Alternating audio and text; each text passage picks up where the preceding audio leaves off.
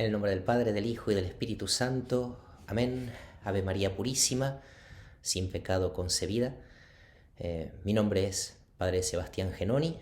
Soy sacerdote de la Congregación de los Padres Marianos de la Inmaculada Concepción, congregación fundada en el año 1670 por San Stanislao Papczynski, sacerdote polaco.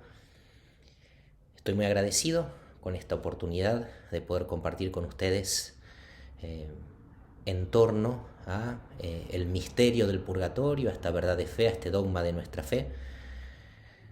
Soy párroco de la parroquia Madre de Misericordia en la diócesis de Avellaneda Lanús, Buenos Aires, Argentina. También trabajo con la Cofradía Mariana de las Benditas Almas, porque es parte de nuestro carisma congregacional, desde la fundación por San Estanislao, la difusión de la verdad del purgatorio y la oración por las almas del purgatorio. Desde ahí es, desde esta presentación simple, que quiero compartirles algo hoy en torno a una de las obras más tradicionalmente probadas por la Iglesia, que es el Tratado del Purgatorio de Santa Catalina de Génova.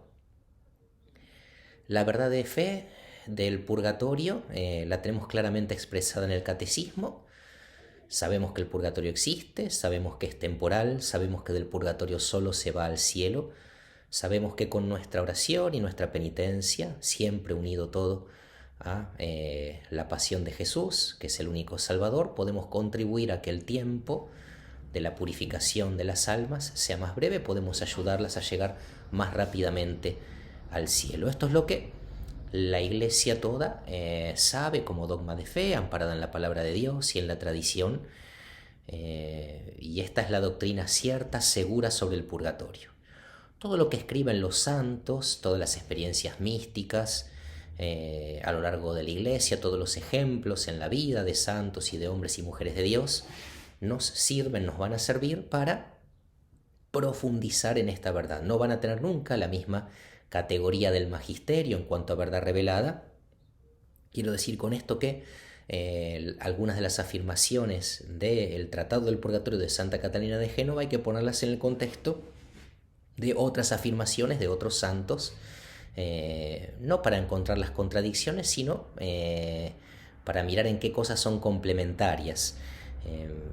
Dicho esto, separando el catecismo, la doctrina, lo que afirma la Iglesia, amparada en la palabra y en la tradición sobre el purgatorio, de lo que dicen los demás escritos, los santos, la experiencia de la Iglesia, dentro de todas estas experiencias, el Tratado del Purgatorio de Santa Catalina de Génova tiene un lugar importante, un lugar fundamental.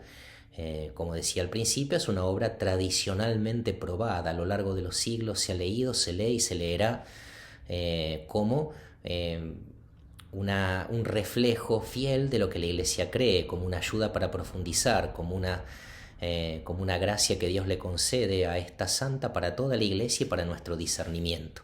Es una obra importante dentro de las obras de los santos acerca del purgatorio. Primero unas palabritas sobre ella. ¿Quién fue Santa Catalina de Génova? No confundirla con Santa Catalina de Siena, si en algún momento de esta charla la nombro así es porque me equivoqué. Es muy común confundirla con ella. Santa Catalina de Génova pertenecía a una familia italiana, familia de la nobleza, familia de Génova. De muy pequeñita muestra su profundo vínculo con Dios, llama la atención a su familia. Su familia acepta que una de sus hermanas sea religiosa, por lo tanto a ella le toca, para el bien de la familia y como cultural y socialmente se entendía, tener que casarse, y le eligen a quien va a ser su esposo y todo. Esto para ella en un principio va a significar una dura prueba en la que ella misma reconoce que no siempre vivió bien. Todo este deseo de servicio de Dios, todo este vínculo con Dios se va a ir apagando lentamente en su vida y va a terminar asumiendo un estilo de vida, así lo dice ella, del todo mundano. Se ha casado y entonces empieza a participar en fiestas y empieza a alejarse de la oración hasta que un poco movida por la incomodidad interior de esto que está viviendo, ella se da cuenta que no es lo que quiere para su vida, pero no tiene la fuerza para correrse de allí, visita a su hermana, que sí es religiosa, la visita en el monasterio, y su hermana le dice, ¿por qué no te confesás? Consejo sanísimo que podemos darle a quien sea que se nos acerque con sus luchas espirituales, ¿no?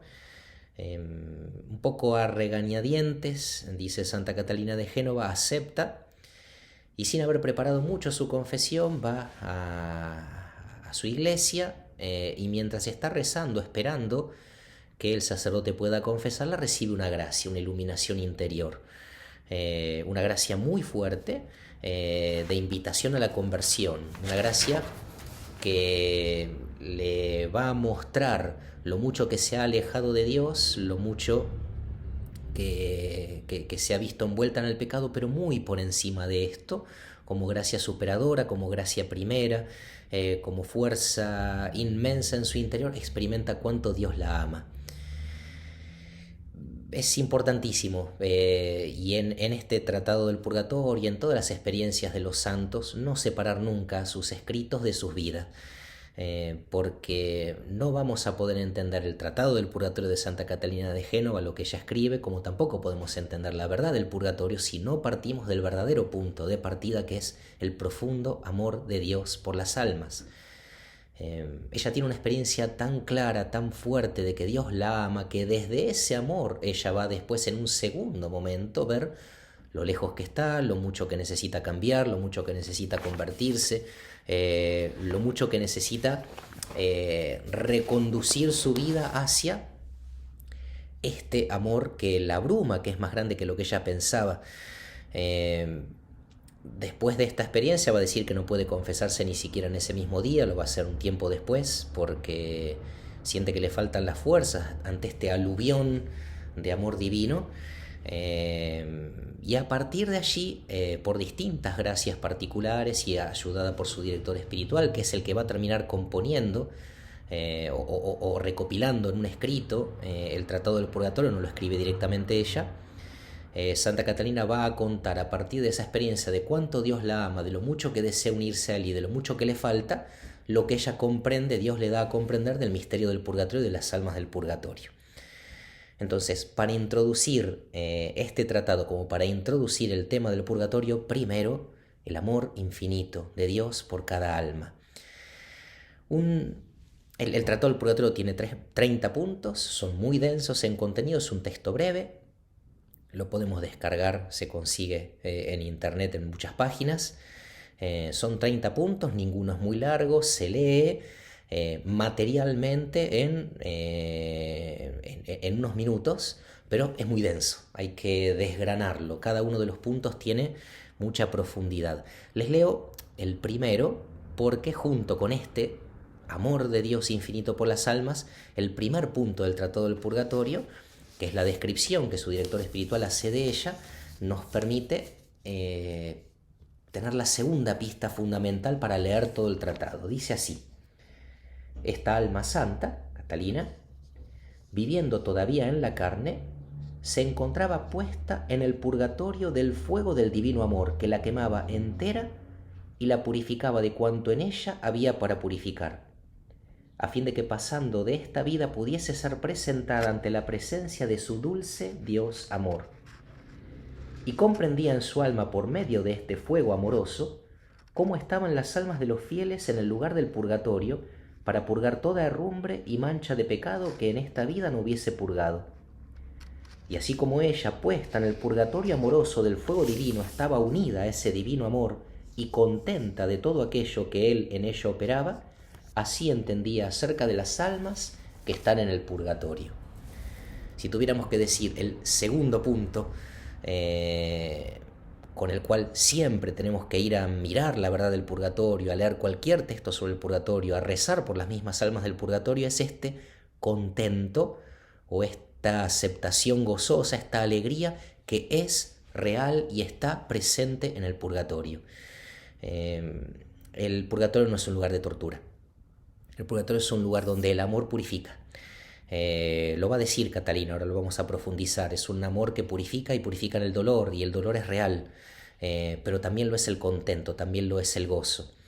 Es importante señalar esto porque a veces puede hasta reconfigurar nuestra oración por las almas del purgatorio. Muchas veces nos descubrimos a nosotros mismos en nuestra oración o en devociones que encontramos diciéndole: Señor, perdona a estas almas que están en el purgatorio, quizá lo hicieron sin querer, no sabían lo que hacían. Es una oración bien intencionada, pero que no responde a la verdad del purgatorio. Primero, porque Dios ya las perdonó. En el purgatorio no resta nada por lo que perdonar. Dios ya ha perdonado todo. Lo que está haciendo es purificar las consecuencias de eso que ya ha perdonado. Y después, el alma no está en el purgatorio como quien se cayó sin querer y no lo vio venir.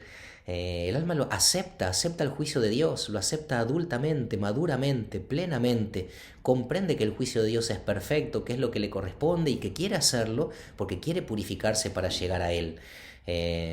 Son cosas que se desprenden de la lectura atenta de este tratado. ¿Qué hace el alma en el purgatorio? Podríamos preguntarnos, ¿no? Porque decimos las almas que se purifican, las almas que esperan, ¿cuál es su rol? Y en el punto 2 de este tratado, Santa Catalina de Génova lo dice de una manera fuerte. El alma está completamente tendiendo a Dios, apunta a Dios, se mueve hacia Dios. No es el purgatorio un lugar ni de arrepentimiento ni de comparación. El alma no está diciendo: si yo hubiera vivido distinto, porque eso sería estar pensando en sí misma. El alma no está diciendo: qué lástima que yo hice esto, qué lástima que no hice esto otro. Eso sería todavía estar mirándonos, que es algo propio de lo que hacemos aquí en esta vida, porque no hemos tenido esa experiencia total de Dios, que es la muerte. Pero el alma, después de que ha visto, ha vislumbrado a Dios, tiende a Él, busca a Dios, apunta a Dios, no tiene ese reflejo hacia ella misma. Y entonces es donde aquí Santa Catalina de Génova hace una afirmación que, si lo leemos en el tratado, nos puede llamar la atención, y hay que entenderlo en el contexto y en el contexto de lo que dicen otros santos, que ella dice que le parece que el alma de suyo ni siquiera intercede directamente por nosotros, porque tampoco está mirando a otro que no sea a Dios. Podemos aceptar esta verdad desde este punto de vista, ¿no? Para hacerlo armonizar con lo que dicen otros santos, que claramente, y también la mejor tradición de la Iglesia, que afirman que las almas del purgatorio interceden por nosotros.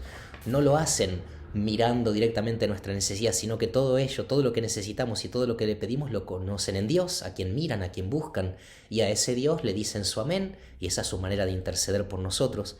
Pero es muy importante, dentro de la experiencia espiritual de Santa Catalina de Génova, esta tendencia de todo el ser a Dios. Así describe el purgatorio.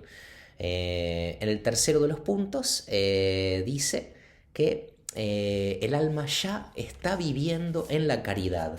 Dicho de otra manera, el alma ya no puede pecar. El alma en el purgatorio ya no tiene ninguna mala intención, ninguna comparación, ningún egoísmo, ninguna sombra, ningún mal deseo, algo que en esta vida no conocemos en su plenitud. Todo lo que en nuestra vida es obra del bien está en combate continuo con el mal, con la tentación, con nuestra historia, con nuestra memoria y contra nuestra posibilidad de volver a caer. Quien esté seguro, cuídese de no caer, dice el apóstol Pablo. Bueno, aquí hay almas seguras, ya seguras y ciertas también de no volver a caer. Viven en la caridad perfecta.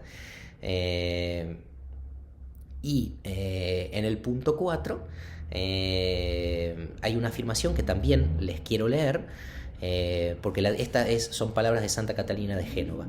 No creo que sea posible encontrar un contento comparable al de un alma del purgatorio como no sea el que tienen los santos en el paraíso.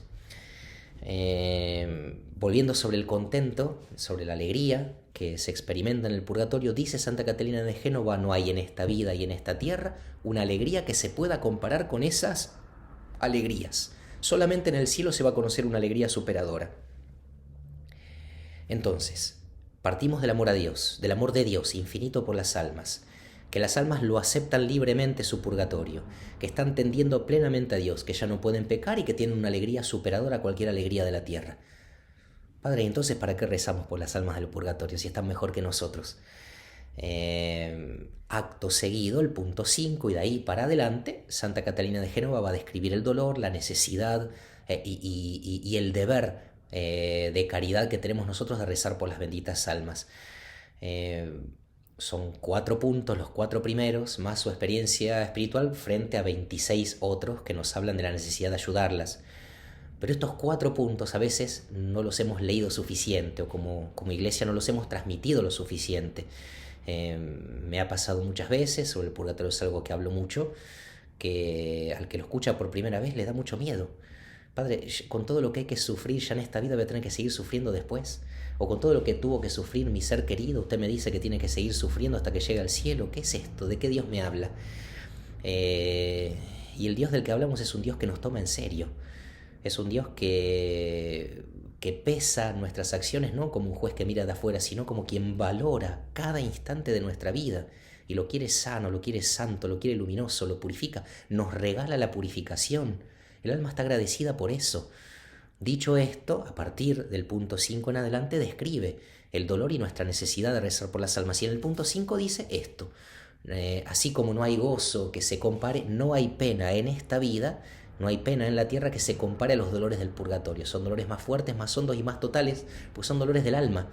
No están mezclados, secuenciados, trabados por nuestra capacidad ni siquiera de mantenernos despiertos. Nosotros en esta vida tenemos el consuelo del descanso. El alma en el purgatorio no duerme. Son dolores indecibles, son penas indecibles. No las puedo describir, dice Catalina de Génova, conviviendo con este gozo también. Penas causadas por el pecado, dice en el punto 6. Y en esto usa una comparación usa una frase que vamos a tomar un ejemplo para compararlo que nos puede servir. Dice que el lugar natural del alma es Dios. Para la filosofía escolástica, el lugar natural es aquello a lo que nuestro ser tiende. Si yo tengo una piedra en la mano y la suelto, su lugar natural por gravedad es caer hacia abajo. Si yo enciendo un fuego en condiciones normales, al aire libre, su tendencia natural del fuego es hacia arriba, sube. Si yo dejo mi alma sin ninguna traba de mis decisiones, de las consecuencias de mis decisiones, el alma se va con Dios. El lugar natural de todo mi ser es Dios. ¿Qué es lo único que le pone freno al lugar natural de mi alma que quiere ir a Dios? Mi pecado. De parte de Dios no hay ninguna traba. De parte de Dios hay brazos abiertos y un corazón que nos quiere recibir para hacernos felices. Ese es Dios. Ese es del Dios del que hablamos y del que habla Santa Catalina de Génova y toda la tradición de la Iglesia, el Dios de Jesucristo. Pero el pecado es la traba que nosotros le ponemos.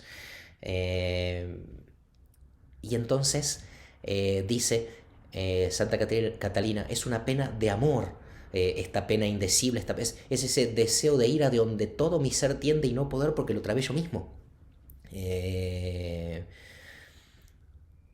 Es nuestro pecado el que frena a nuestra alma para tirarse directamente a los brazos de Dios. En el punto 8 y en adelante, por unos cuantos puntos, hasta el 12, 13, habla del infierno. Dentro del Tratado del Purgatorio habla sobre el infierno. No es lo que nos compete especialmente, pero algunas cosas vamos a decir, porque algunas de ellas también las tenemos equivocadas acerca del infierno.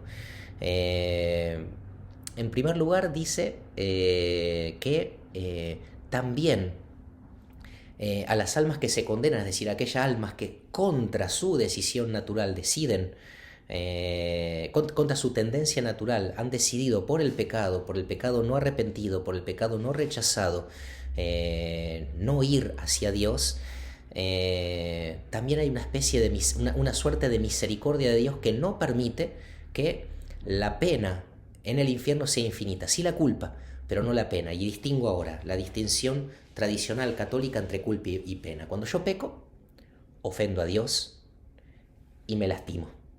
Por más que también lastime a otros, siempre me lastimo. Si miento, si elijo cualquier pecado que es ir contra mi naturaleza, me lastimo. Cuando me arrepiento, la ofensa a Dios queda perdonada. Dios no necesita más que eso, que yo abra mi corazón para que Él me libre. Pero las consecuencias pueden quedar. Es en el orden natural el mismo ejemplo que solemos utilizar. Si yo a la noche, después de la cena, me tomo 5 litros de café y me como 4 kilos de chocolate, al otro día puedo haberme arrepentido de haberlo hecho, pero me va a seguir doliendo el estómago. Una cosa es el arrepentimiento, es el dejar la culpa. Dios me perdona, y otra cosa es la consecuencia de mi pecado. Bueno, en el infierno permanecen ambas. Permanece la culpa porque no hay arrepentimiento, no hay deseo de volver a Dios. No, o sea, el alma decidió quedarse en esa lejanía. Pero esta pena, que serían las consecuencias de mis culpas, Dios no permite que sea todo lo que tendría que ser. Dice que las almas en el infierno también tienen que reconocer la misericordia de Dios. No estamos diciendo con esto que el infierno sea un lugar lindo. Es el lugar al que tenemos que pedirle diariamente al Señor que nos libre de Él, que nos preserve de las penas del infierno, que nos dé la gracia de la perseverancia final. Pero también allí la pena está moderada. Digo, si después van a leer el Tratado de Santa Catalina de Génova, van a encontrar esta expresión. Y después utiliza el ejemplo ella llama el ejemplo del pan único.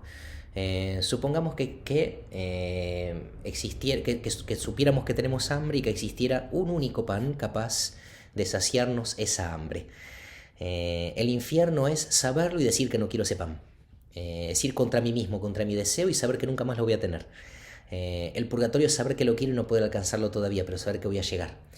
En un ejemplo claro, uno puede decir, bueno, cuando estoy en el trabajo o el que estudia en el estudio, se acerca la hora del mediodía, o cuando tenemos más hambre y salimos del lugar de estudio o de trabajo, o estamos volviendo para nuestro hogar, o a la noche, y pasamos por un lugar donde están cocinando una comida rica, y el aroma despierta en mí un deseo que me multiplica el hambre porque ni siquiera sabía que tenía tanta. Eso es haberse encontrado con Dios, salvando las distancias infinitas, ¿no? Pero Dios y su belleza y su ser Él, aquello que mi alma necesite, que me va a saciar, despierta en mí el deseo, el hambre de encontrarme con Él.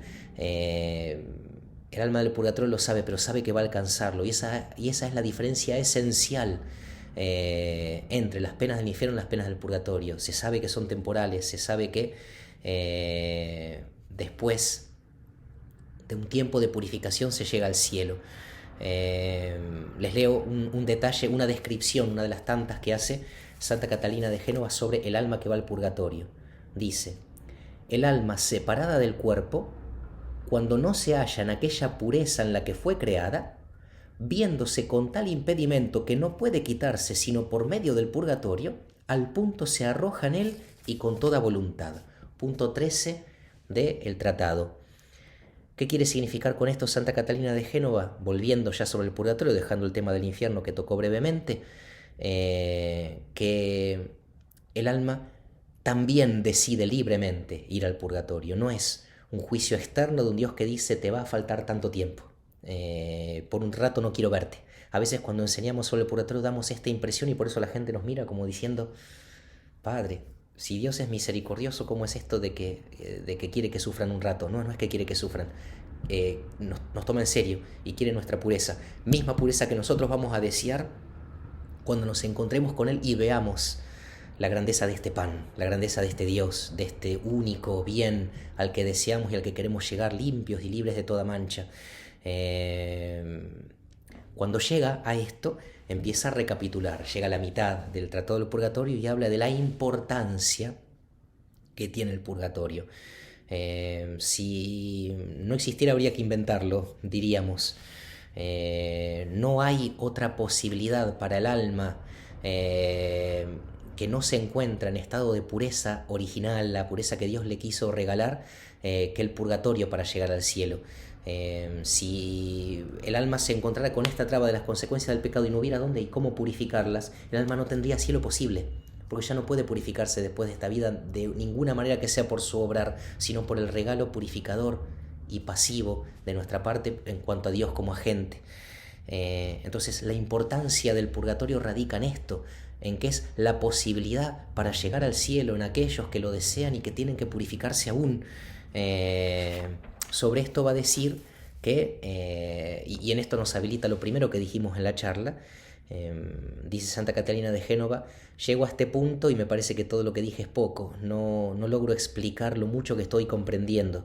Es una constante en los santos. Quizá conocen la anécdota de Santo Tomás de Aquino, doctor de la Iglesia, quizá el más grande de los doctores de la Iglesia, o uno de los más grandes en algunos de los temas, sin duda el mayor, que tiene una experiencia en su oración personal. Estaba rezando en su capilla poco antes de morir, y tiene una experiencia de Dios, y cuando termina sale derecho de la capilla, va a buscar todo lo que escribió, con el deseo de tomarlo y quemarlo. Y lo agarra un hermano y le dice, Tomás, ¿qué estás haciendo?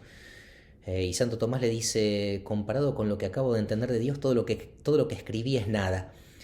El hermano a duras penas logra convencerlo de que no lo rompa, que no lo queme, y menos mal, porque esos son los textos con los que los sacerdotes principalmente nos formamos, los que él escribió. Pero esta experiencia de Santo Tomás, o esto que nos comparte Santa Catalina de Génova, lo que quiero decirles, dice ella, es más grande, pero no encuentro las palabras. Nos tiene que ayudar para poner en su lugar esto que estamos aprendiendo. Nos estamos acercando a un misterio, no estamos describiendo lo que supera nuestra comprensión, pero sí nos está dando muchas pistas. El amor de Dios, el contento de las almas, la libre determinación de las almas, aceptan voluntariamente lo que Dios quiere, un gozo que supera los de esta vida, un dolor que supera los de esta vida, un deseo que es una tendencia natural del alma que está frenada por las consecuencias de mi pecado, un Dios que ya me ha perdonado todo, una santidad que ya tengo en el purgatorio porque ya no deseo otra cosa más que Dios, no hay lugar para el pecado, y una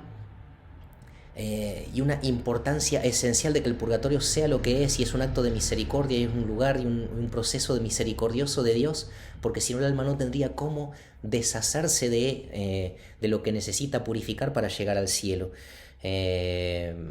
Toma después, hablando precisamente sobre esto, la imagen del oro que se purifica, y que por más que una vez que llegue a los 24 quilates lo siga haciendo pasar por el fuego, ya no va a haber más purificación, porque todo lo que tenía que purificarse fue purificado.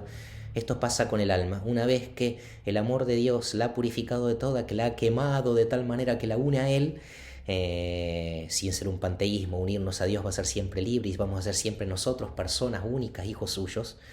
Una vez que la purificación es tal que ya no hay nada que purificar, se da la unión. Para terminar, quiero utilizar, y están también en el final, sobre el final del tratado, dos descripciones, dos nombres que de alguna manera le da Santa Catalina de Génova al purgatorio sin proponérselos, ¿no? El primero es llamar al purgatorio el tormento de un amor retardado. Es un tormento, es un dolor.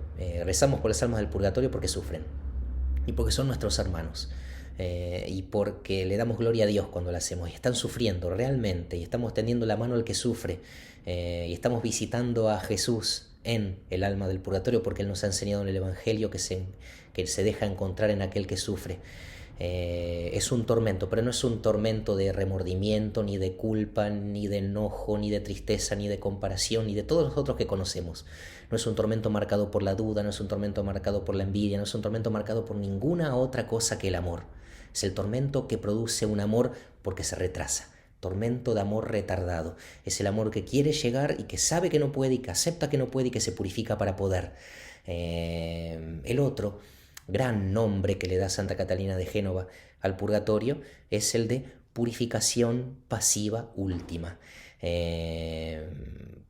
Purgatorio, purificatorio, encontramos quizá en algún libro más antiguo, hacen lo mismo, hacen referencia a purgar, a purificarse, a limpiarse. No se limpia igual un cuerpo que un alma. Y así como para limpiar el cuerpo necesito del agua, del jabón, de lo que sea que utilice, para purificar el alma necesito del don del Espíritu Santo, que es el que obra la purificación. Es el amor mismo de Dios purificando, salvando, sanando. Es una purificación pasiva, porque de parte del alma es sola aceptación. No pueden hacer nada por ellas mismas para que esta purificación sea más rápida. No pueden hacer nada para abreviarla, no pueden hacer nada para cortarlo. Aceptan lo que viene de Dios y lo que viene de la Iglesia, en cuanto que la justicia de Dios permite que les sirva. Y es última, purificación pasiva última, porque una vez que termina la purificación del purgatorio se va al cielo. No se baja del purgatorio al infierno. El purgatorio no es un lugar intermedio. El purgatorio es una larga antesala al cielo, pero ya es el lugar de los salvados, de la glorificación a Dios, de la santidad, de la vida eterna, que no va a ser arrebatada, porque nos hemos puesto en manos de Dios, y a Él nadie le arrebata nada de su mano, como dice Jesús. Esta purificación pasiva última, lo sabemos. En esta purificación pasiva última podemos entrar mucho nosotros como iglesia militante para ayudarlas. Detalle de el Tratado del Purgatorio de Santa Catalina de Génova: no dice ni una sola palabra de nuestra ayuda por las almas, porque no es su intención. No habla en todo el tratado de cómo podemos nosotros hacer para ayudarlas. Lo que decía al principio, no todos los santos escriben sobre todo el misterio. A ella le fue dado por su experiencia personal, por su deseo de Dios, por su encuentro con Dios profundo, conocer esta verdad de cómo se va presentando el alma hacia Dios. Pero lo sabemos por fe, y sé que lo están meditando y lo seguimos meditando y lo seguimos rezando todo el año, maneras de ayudarlas. Así que les propongo que no podemos hablar sobre las almas sin hacer una pequeña oración por ellas, que hagamos un sencillo pero rezado y sentido Ave María, a la Madre de Dios, a la Estrella del Mar, a la Madre de Misericordia, a ella que visita a las almas del purgatorio, les lleve el consuelo y la presencia de la Iglesia, que ahora se junta para pensar en ella, a rezar por ellos, a interceder para que alcancen el cielo. Dios te salve María, llena eres de gracia, el Señor es contigo. Bendita tú eres entre todas las mujeres, y bendito es el fruto de tu vientre, Jesús. Santa María, Madre de Dios, ruega por nosotros pecadores, ahora y en la hora de nuestra muerte. Amén. Que el Señor esté con ustedes, por intercesión de María Santísima y de Santa Catalina de Génova, los bendiga a ustedes y a sus seres queridos, vivos y difuntos. Dios Todopoderoso, que es Padre, Hijo y Espíritu Santo,